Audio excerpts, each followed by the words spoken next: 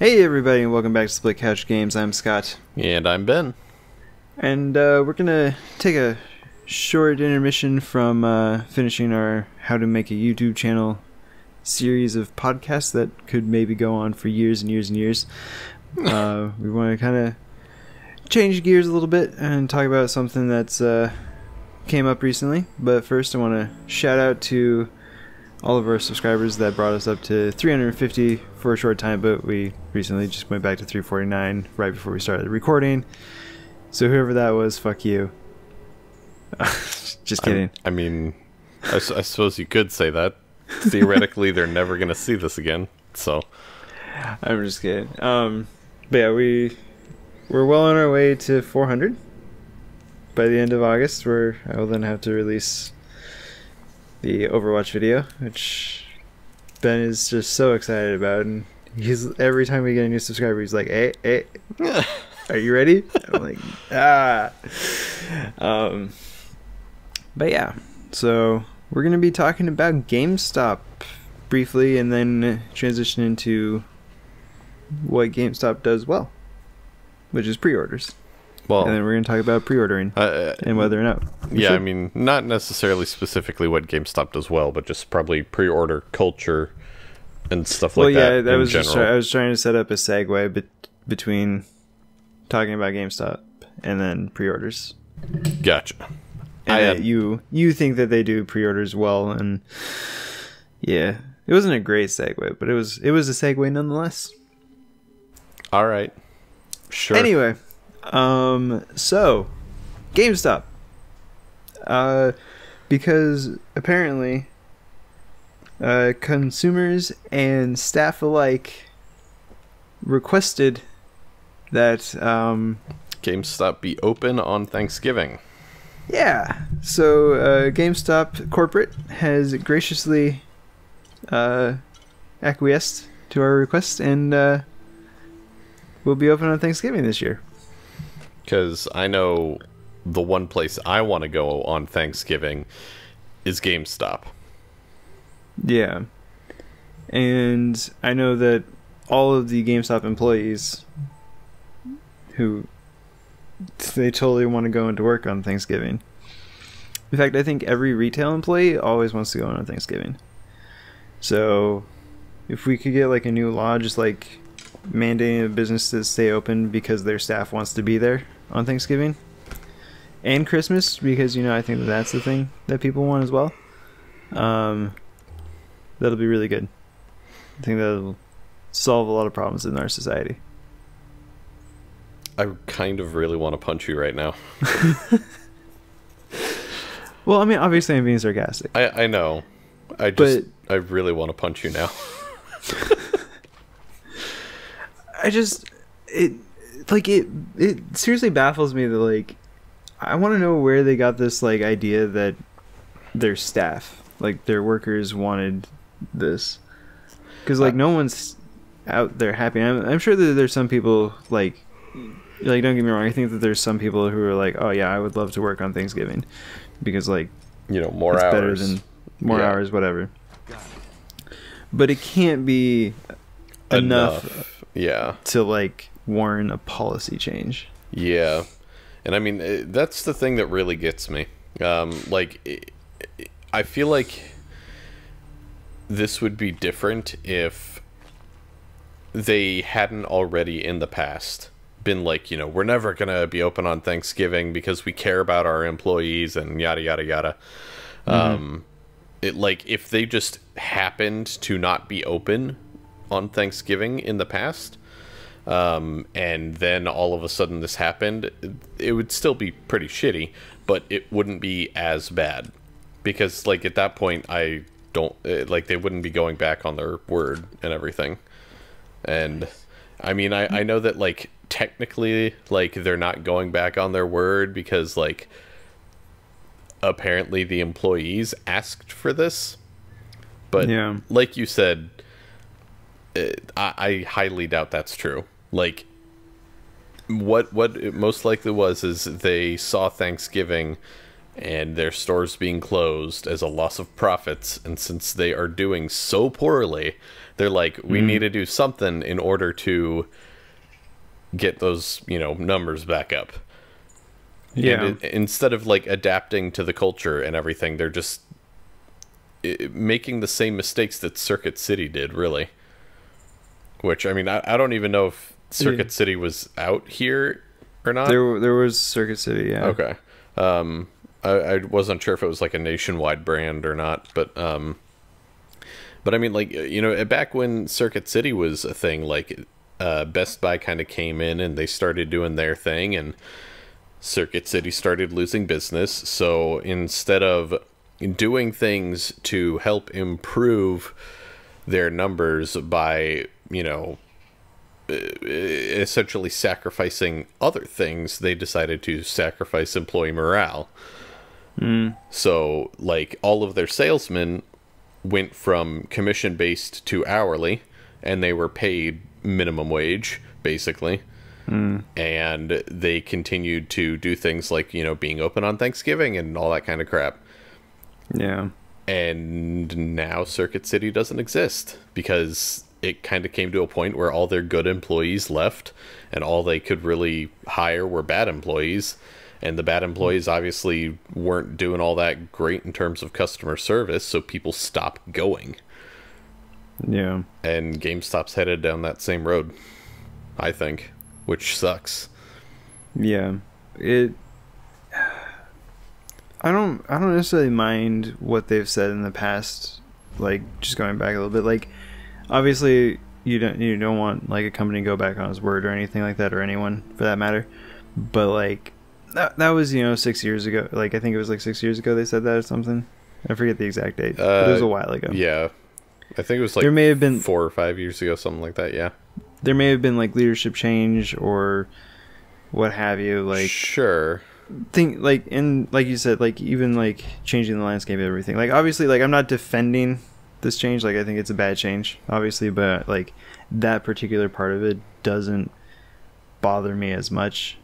Like, it's, I mean, it bugs shitty. Me because, I mean, first of all, I don't think there has been a leadership change, but there are so many other things that they could do to improve their numbers other than being open one extra day out of the year.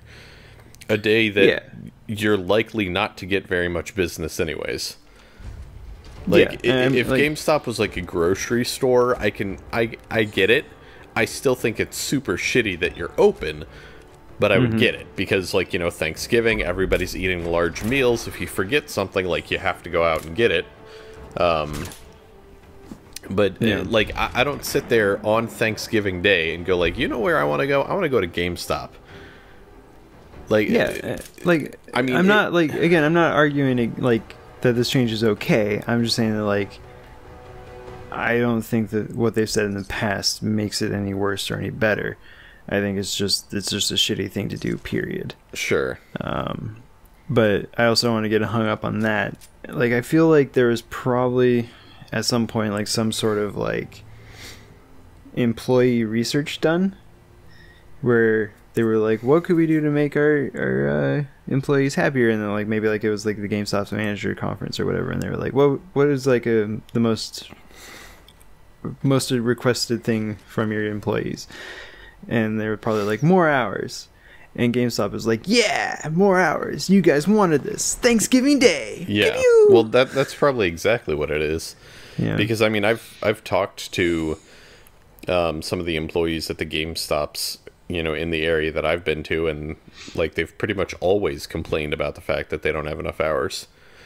Yeah. You know, like, a GameStop will opt to hire another part-time person for 3 months or something, rather than giving those extra hours to their existing employees.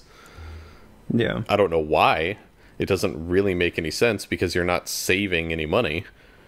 I mean, if we were talking about, like, you know, overtime versus hiring a new person, then that's one thing.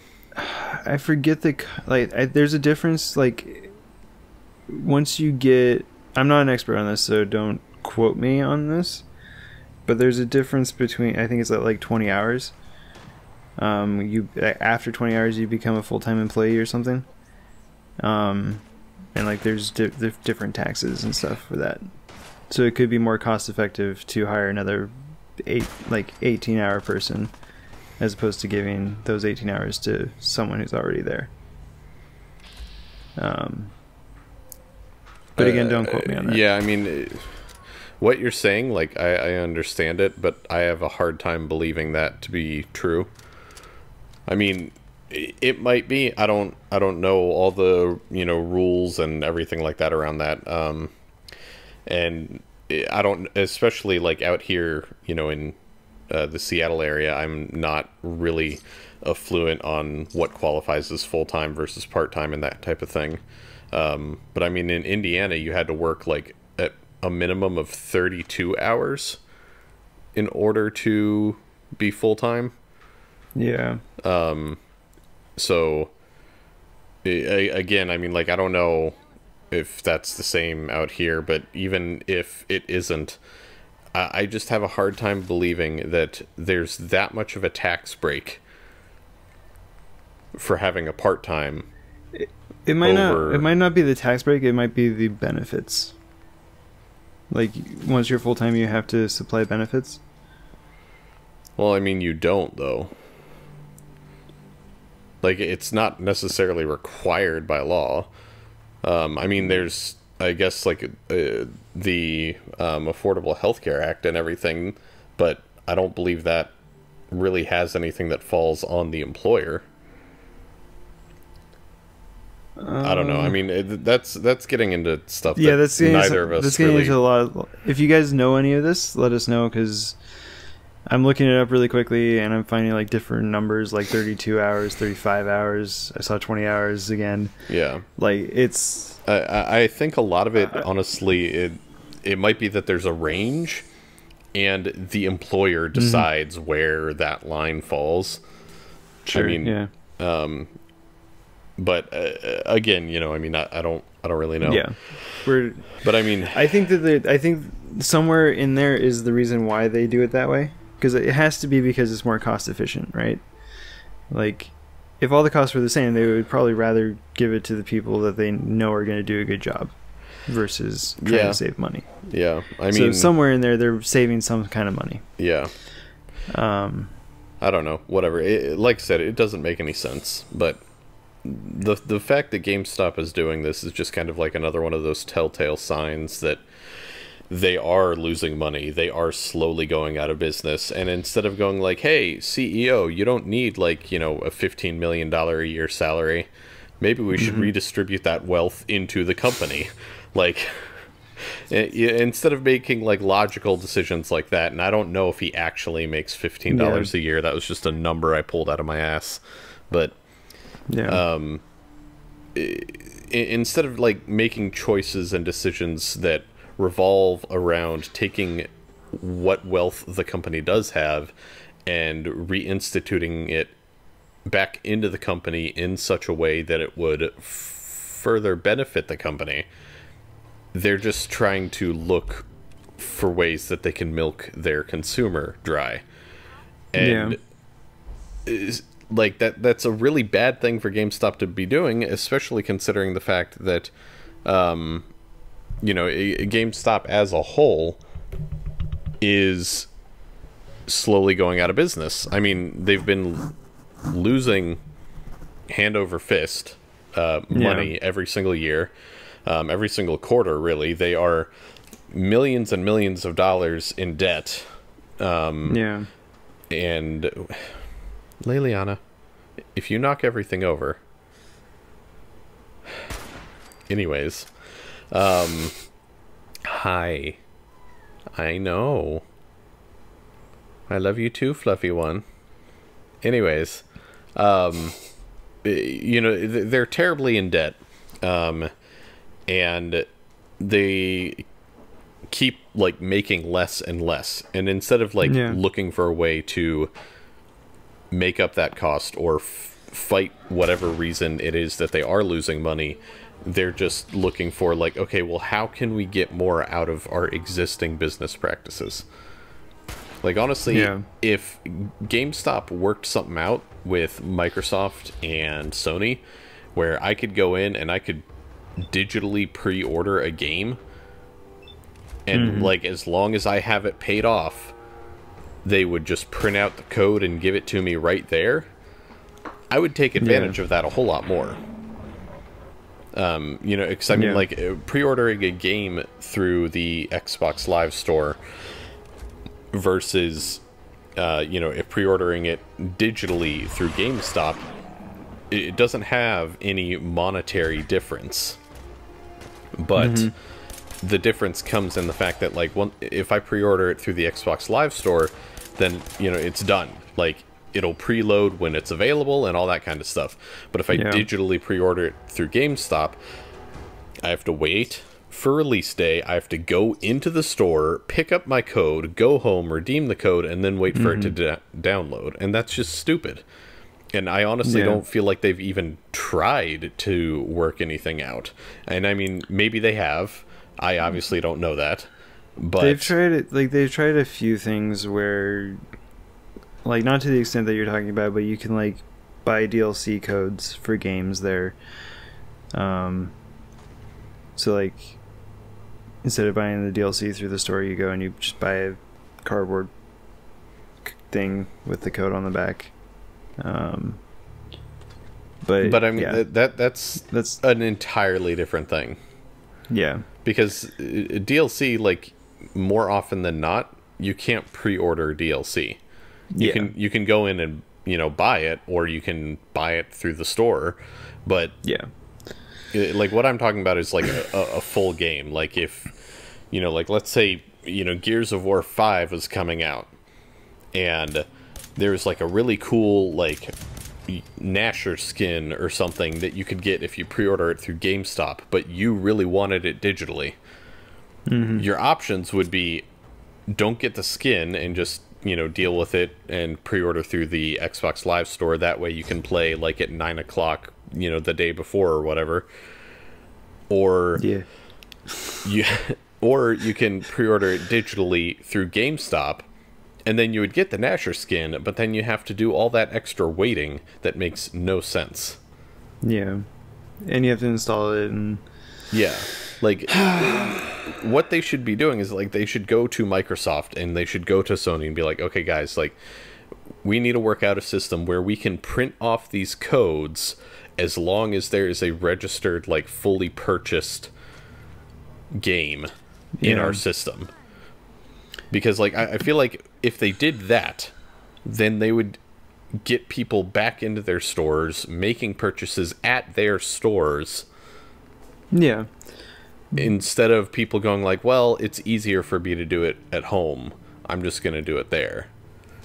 Yeah, I mean, I don't know if that solves that problem necessarily. Well, I mean, digital distribution is the main thing that's killing their sales right now. Yeah, but, like, I don't think it's so much, like, I think it's the going to the store part that's killing it more than anything.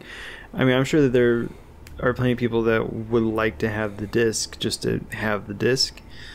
But it's just so much easier to just log onto your Xbox, hit buy, download, play, as opposed to going to the store. And also, what incentive does Microsoft have to do that? I mean, they don't really, but that's why, like, if they haven't, they need to try and have a conversation about that. I mean, I'm absolutely sure that they have, right? Like, I don't think there's any way that they haven't said, like, hey, like, we would like to do it this way, or, like, they've probably come up with, like, a bunch of different answers, but it's like Microsoft would 100% rather have people buy it through their store than go to GameStop. Yeah. That's so true. I don't know. I mean, it's just kind of one of those things that, like, love them or hate them, I don't really want to see GameStop go out of business. Yeah. I think that GameStop... Oh, so go ahead. I was just going to say that one of the reasons is simply because of used games. Like, there are games out there that... And although I am kind of against the idea of used games and everything, but there are some games out there that, like, I don't want to pay $60 for this game. You know, I would rather wait and either get it when it's on sale or buy it used, because it's not worth my time. Or like the time to, you know, money investment ratio just isn't there. And you know, like the Order 1886, I feel like is a perfect example of that. Like it's a pretty solid, like, you know, $20 purchase. Never in a million years would ever be like, yeah, totally buy that full price. Yeah. And I don't know. I also feel like the game industry as a whole needs to back away from this standardized pricing that we have of, like, every game is $60, you know? Yeah. Because, I mean, realistically, like, it's only indie studios anymore that offer anything less.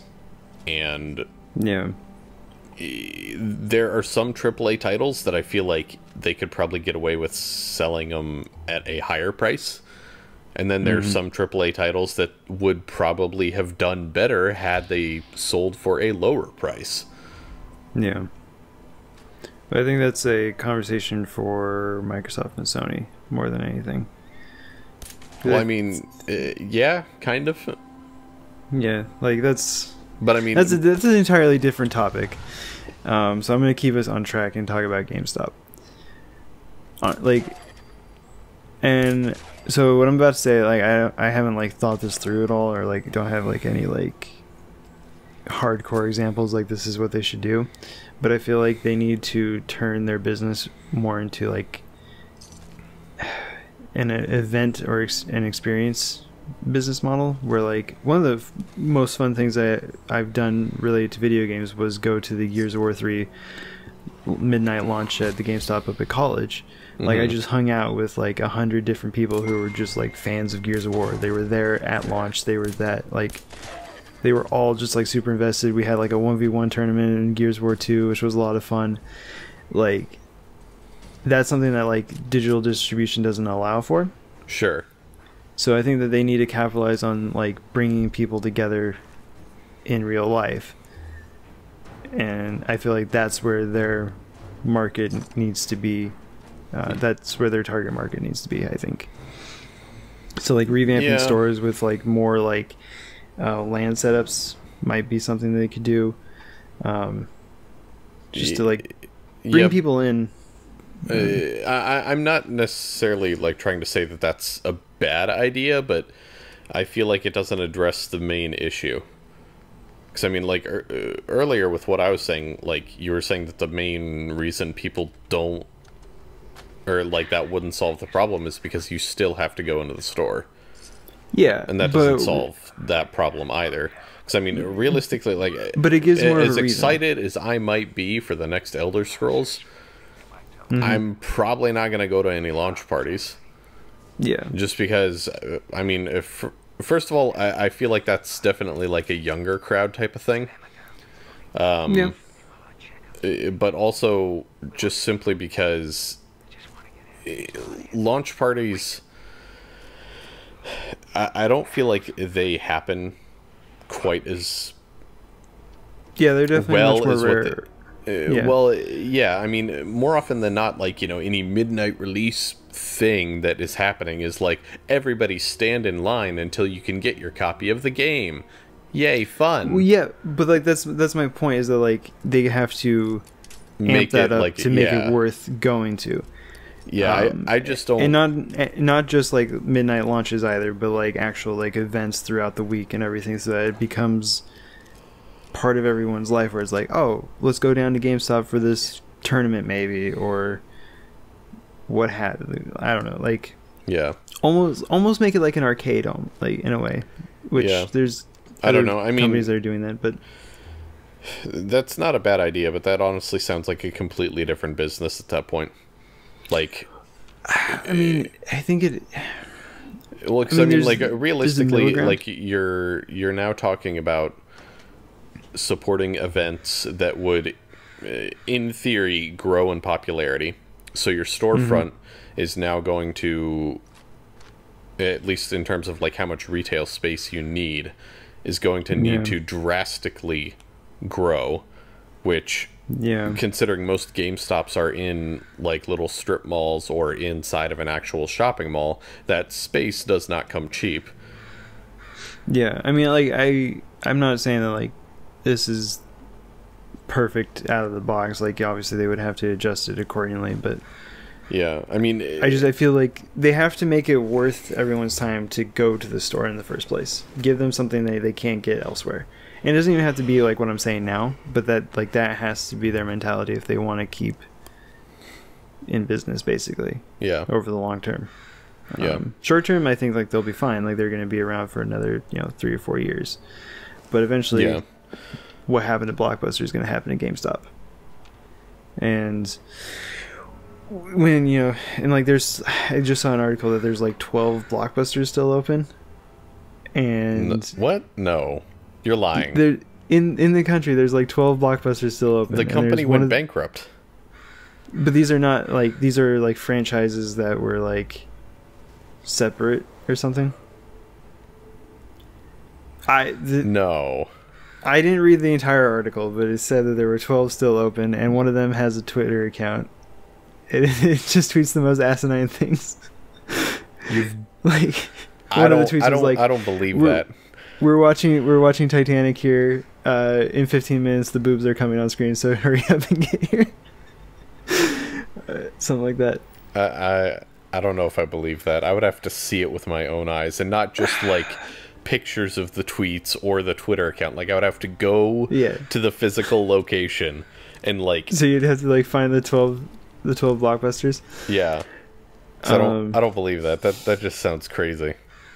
I mean, I could believe it. Like, super rural areas. I don't know. But how would they? Whatever. Man, I don't know. It could have been like a fake article. I was just like, oh, like I could just kind of like scan the article. Oh, there's 12 Blockbusters open. Like, I didn't like think about it too much. I didn't think I was going to be talking about Blockbuster on the podcast this week. But I don't know. Like, so I think that like GameStop is clearly in danger of going the Blockbuster route, where it's basically like the convenience of the convenience versus not convenience is what they're going up against. And like, there's no way that they can out convenience just downloading straight from the store. So they have to try and innovate elsewhere in the in the realm of purchasing, right?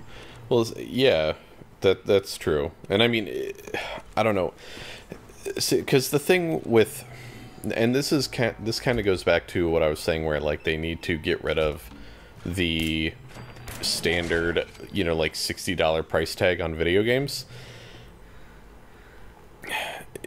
There obviously has to be a certain amount of that $60 that goes straight to GameStop, right?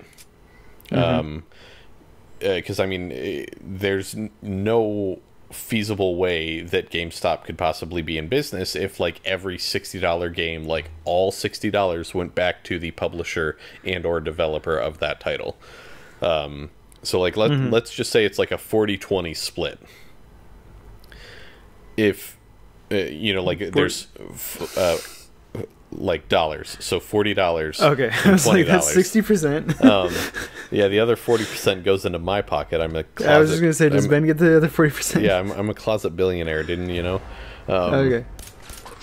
But no, so it's like a $40, $20 split, and $40 goes directly to the publisher and developer and all that kind of stuff. But $20 of the 60.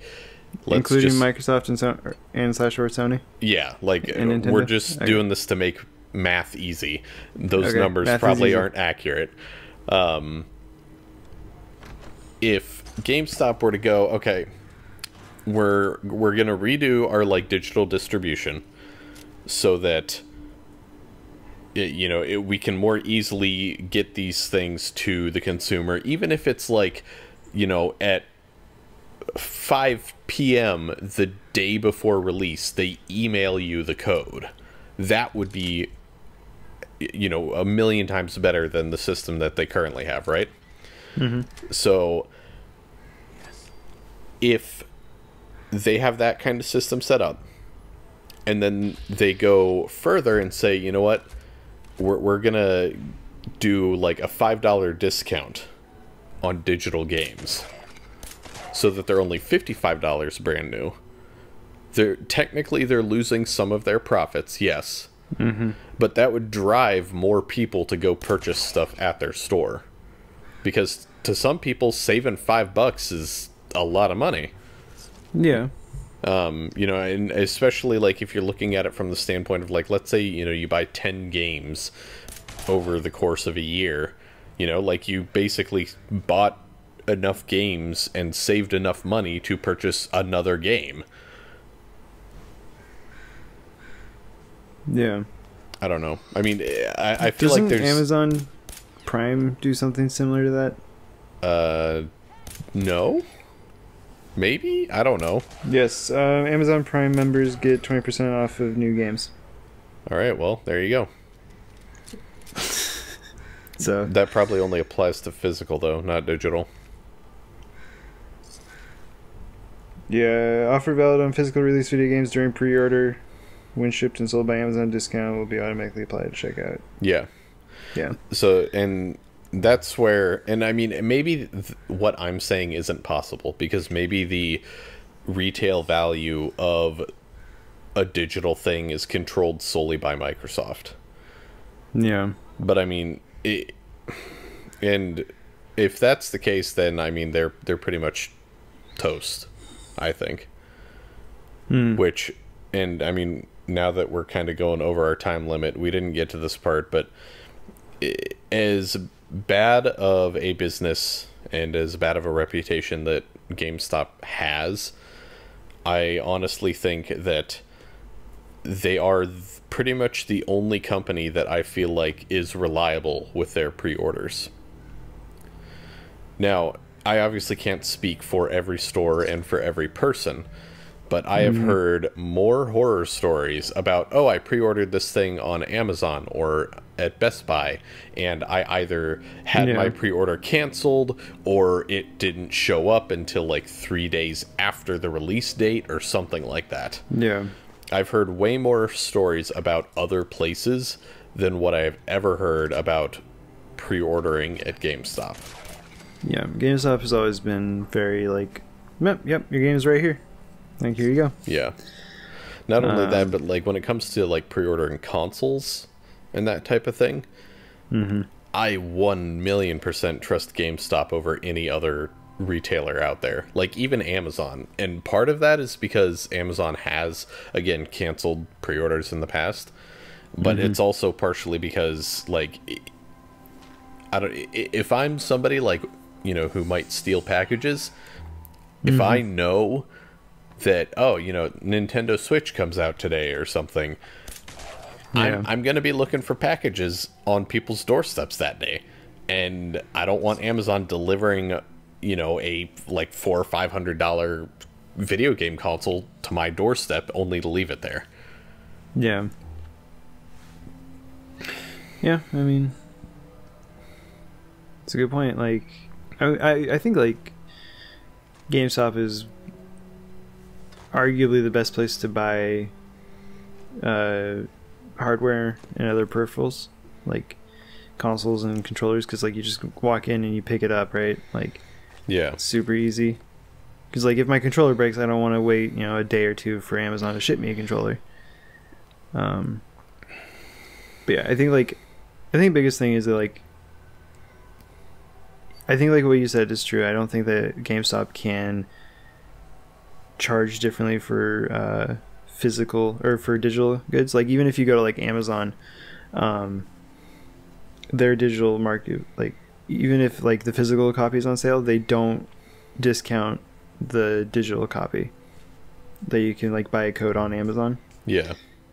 They don't discount that. They discount because I wanted to buy Skyrim a couple months ago, and like I was like, oh, Amazon has it on sale, but only the physical copy. I'm like, I'm not about that life. Yeah, and I mean that's something that like is really kind of starting to worry me, because like if it is like Sony and Microsoft that have direct control over that, then that's not good.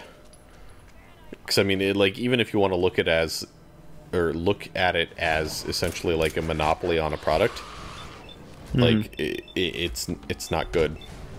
Because I mean, we're gonna get to a point where digital distribution is effectively the norm. Like, buying a disc and everything is gonna be weird. And if they have sole control over those prices and everything, I don't see that as a good thing. And I mean, I don't see it, like, I see what you're saying, but